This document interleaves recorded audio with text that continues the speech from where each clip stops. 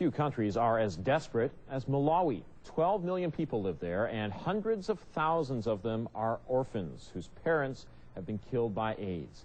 Life expectancy is 37 years. Average annual income, about $200 Canadian. Dr. Chris Brooks is trying to create some positive changes in Malawi. 5 years ago, he sold his medical practice and his home in Calgary and took his family to Malawi to offer health care with the charitable group Lifeline Malawi. And Dr. Chris Brooks is with us this afternoon. Welcome back to Calgary. Thank you very much. Nice to be here. What is it like to be home? Oh, it's lovely. It's a bit cold. Mm-hmm. I talked to my wife yesterday. It's 103 at home in Malawi. 103? Yeah. Which is plenty warm, but in a rather uncomfortable environment otherwise.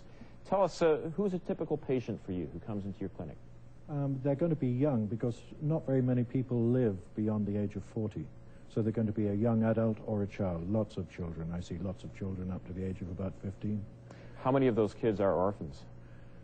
Difficult to say. The definition of an orphan in Malawi is a child who only has one parent, because a one-parent child has got a lot of problems with only one parent being able to look after them. Mm-hmm. And that parent has to go out and try and get some food and their living. But there are not very many jobs going around, so there's a lot of poverty and a lot of difficulty, a lot of hardship there. What kind of health problems are the kids coming into the clinic? They come in with just about, over the whole thing, of course, there's the shadow of AIDS, this desperate disease, which is over everything, and it means that there are a lot of people who have the infections that go because their immunity is no good. Mm-hmm. And therefore they get it as opportunistic infections, it's called. So whenever I see a child with terrible chickenpox or terrible scabies or skin infections or ulcers on their legs, I know that there's a good probability that they're going to be HIV positive. What do you tell them?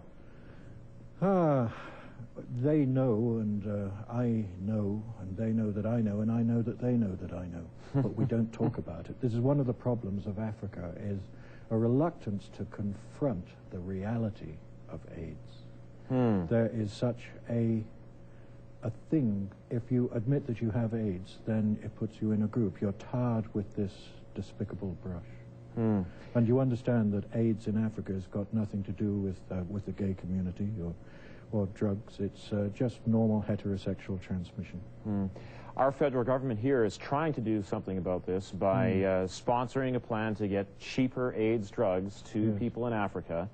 How much of a difference will that make? Well, that'll be great, and of course I wouldn't disparage that at all. I think it is a wonderful thing, and I would love to be part of what the government of Canada is going to do, and other organizations such as Health Partners International of Canada and such as Samaritan's Purse and other NGOs and the things they are doing.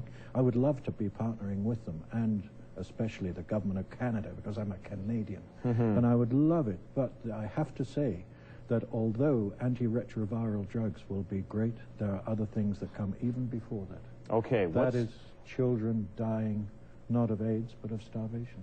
What is the first thing that should be done then? So food. Food. We've got to do things like give them food, give them the means whereby they can grow, give them irrigation for water so that they can grow the maize. So that I do not see the children coming in with great big swollen bellies.